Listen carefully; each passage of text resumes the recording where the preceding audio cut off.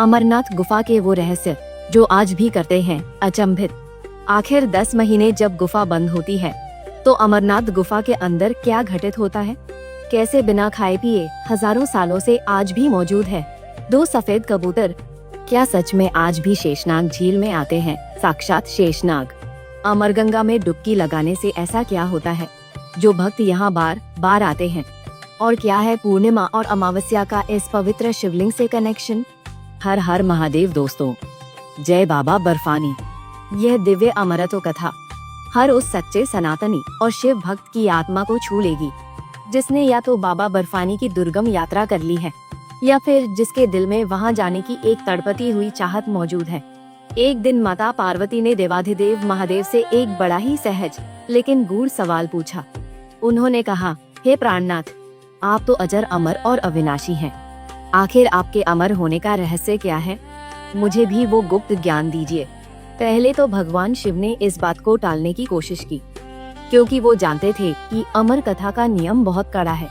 अगर कोई भी जीव इस कथा को सुन ले तो वह सृष्टि के चक्र से मुक्त होकर हमेशा के लिए अमर हो जाता है। लेकिन जब माता पार्वती की जिज्ञासा बहुत बढ़ गई तो महादेव कथा सुनाने के लिए तैयार हो गए। अब बारी थी एक ऐसी गुप्त और एकांत जगह ढूंढने की जहां हवा के झोंके के अलावा कोई तीसरा प्राणी मौजूद न हो।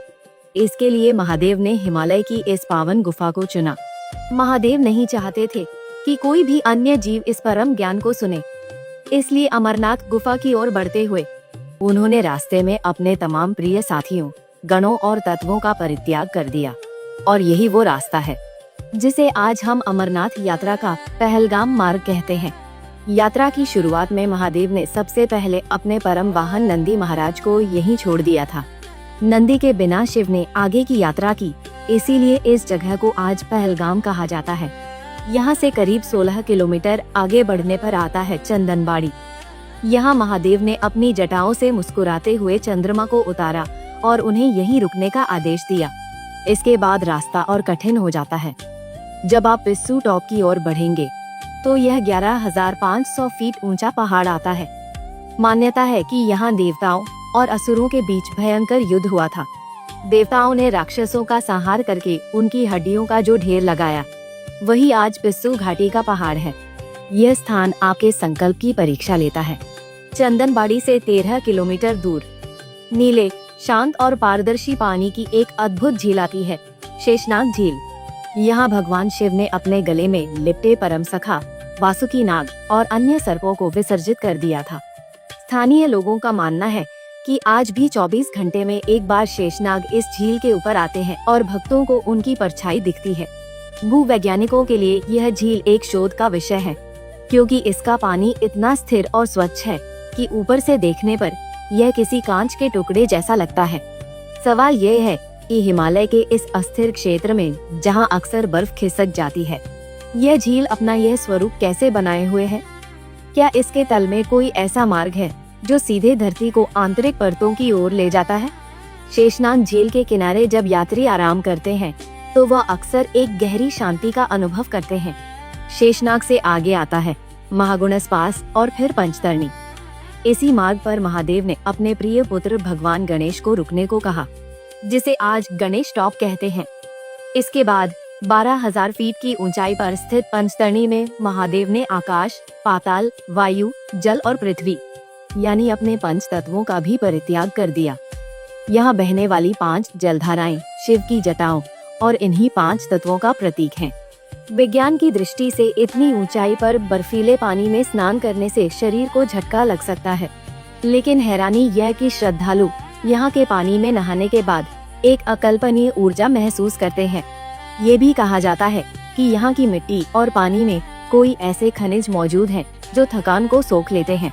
यात्रियों ने बताया कि स्मारक पर उन्हें बिना किसी ठोस कारण के एक गहरी भावनात्मक शांति महसूस होती है। मनोवैज्ञानिक इसे ऊंचाई और शारीरिक थकान से उपजा भावनात्मक रेचन कह सकते हैं। लेकिन श्रद्धालुओं के लिए यह महादेव के करीब होने का उनका पहला अनुभव होता है। अब महादेव पूरी तरह एकाकी हो चुके थे। केवल वे और माता पार्वती अमरनाथ की उस मुख्य गुफा के सामने खड़े थे। गुफा के भीतर प्रवेश करने से पहले भगवान शिव ने अपनी तीसरी आंख से गुफा के चारों तरफ अग्नि प्रज्वलित कर दी। ताकि कोई सूक्ष्म जीव भी भीतर न आ सके। महादेव ने माता पार्वती से कहा, हे देवी, मैं कथा शुरू कर रहा हूँ, लेकिन तुम बीच बीच में हुंकार भरती रहना ताकि मुझे पता चले कि तुम सोई नहीं हो और ध्यान से सुन रही हो। कथा शुरू हुई। महादेव सृष्टि के परम सत्य और अमरत्व का ज्ञान देने लगे। माता पार्वती बीच बीच में हुंकार भरती रहीं, लेकिन कथा इतनी लंबी और गंभीर थी कि कुछ समय बाद माता पार्वती को गहरी नींद आ गई। पर हैरानी की बात ये थी कि महादेव को तब भी हुंकार की आवाज सुनाई दे रही थी। दरअसल जब महादेव गुफा को अग्नि से सुरक्षित कर रहे थे, तब वहाँ एक तोते शुक के 2 अंडे छिपे रह गए थे, जिन पर शिव की दृष्टि नहीं पड़ी। कथा की दिव्य ऊर्जा से उन अंडों से तुरंत 2 चूजे बाहर आ गए। जब माता पार्वती सो गईं, तो उन नन्हे जीवों ने निरंतर हुंकार भरना शुरू कर दिया। जब कथा समाप्त हुई, तो महादेव ने देखा कि पार्वती तो सो रही हैं। उन्होंने क्रोध में मुड़कर देखा, तो वहाँ 2 कबूतर बैठे थे। महादेव ने जैसे ही उन्हें मारने के लिए त्रिशूल उठाया, वो पक्षी बोले, हे प्रभु, हमने आपकी पूरी अमर कथा सुन ली है। अगर आप हमें मार देंगे तो आपकी यह कथा झूठी हो जाएगी। भगवान शिव मुस्कुराए और उन्होंने उन दोनों कबूतरों को आशीर्वाद दिया कि तुम साक्षात शिव और शक्ति के प्रतीक बनकर हमेशा इस गुफा में निवास करोगे। दोस्तों, वही अमर कबूतरों का जोड़ा आज भी इस गुफा में भक्तों को दर्शन देता है।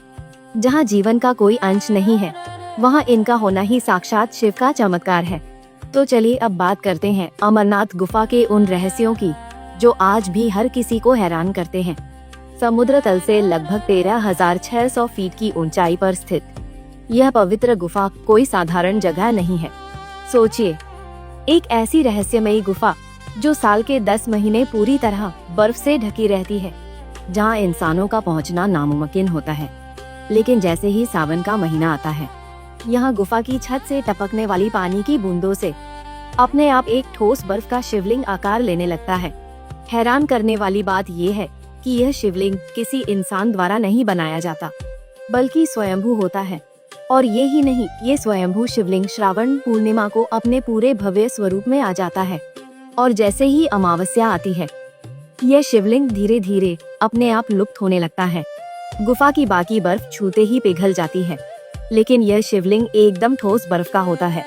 इतना ही नहीं, कंपा देने वाली ठंड में जहाँ ऑक्सीजन न के बराबर है, जहाँ दूर दूर तक कोई परिंदा भी पर नहीं मारता, वहाँ आज भी सफेद कबूतरों का एक जोड़ा साक्षात दिखाई देता है। माना जाता है ये वही कबूतर हैं जिन्होंने अमर कथा सुनी थी, जो आज तक इसी गुफा में मौजूद है। और इनके दर्शन जिन्हें भी होते हैं, वो इंसान जन्म मरण के चक्र से छूट जाता है। यदि आप बाबा बर्फानी के दर्शन करना चाहते हैं, तो इसके 2 मुख्य मार्ग हैं। पहलगाम मार्ग, यह पारंपरिक और पौराणिक मार्ग है, जिसकी कुल दूरी लगभग 46 से 48 किलोमीटर है। यह रास्ता भले ही लंबा हो, लेकिन इसका आध्यात्मिक महत्व बहुत ज्यादा है। बालटाल मार्ग, यह छोटा रास्ता है, मात्र 14 किलोमीटर का, लेकिन यहाँ की चढ़ाई बेहद खड़ी, संकरी और दुर्गम है। वैज्ञानिक आज भी इस बात पर रिसर्च कर रहे हैं कि गुफा की चट्टानों के भीतर ऐसा कौन सा वाटर मैनेजमेंट या अदृश्य जलमार्ग है, जो सीधे शेषनाग झील से जुड़कर ठीक सावन के महीने में ही इस अद्भुत शिवलिंग का निर्माण करता है। लेकिन भक्तों के लिए यह विज्ञान की सीमाओं से परे साक्षात भोलेनाथ की जीवित उपस्थिति का प्रमाण है। अमरनाथ सिर्फ एक यात्रा नहीं है, ये इंसान के भीतर के अहंकार, डर और मृत्यु के भय को मिटाने का एक अलौकिक अनुभव है। मान्यता है कि जो भी व्यक्ति एक बार सच्चे मन से बाबा बर्फानी के दर्शन कर लेता है या इस पावन कथा को सुन लेता है, वह जन्म और मृत्यु के इस घोर चक्र से हमेशा के लिए मुक्त हो जाता है। तो दोस्तों, भले ही आप इस साल शारीरिक रूप से वहां न पहुंच पाए हों, लेकिन अगर आपने इस कथा को पूरी श्रद्धा से सुना है, तो बाबा बर्फानी की कृपा आप पर अवश्य बरसेगी।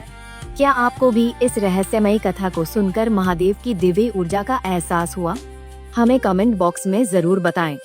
और बाबा बर्फानी के चरणों में अपनी हाजिरी लगाने के लिए कमेंट में पूरे जोश के साथ लिखें, जय बाबा बर्फानी या हर हर महादेव। और इसी तरह की और भी जानकारी के लिए जुड़े रहे कुंडली टीवी के साथ।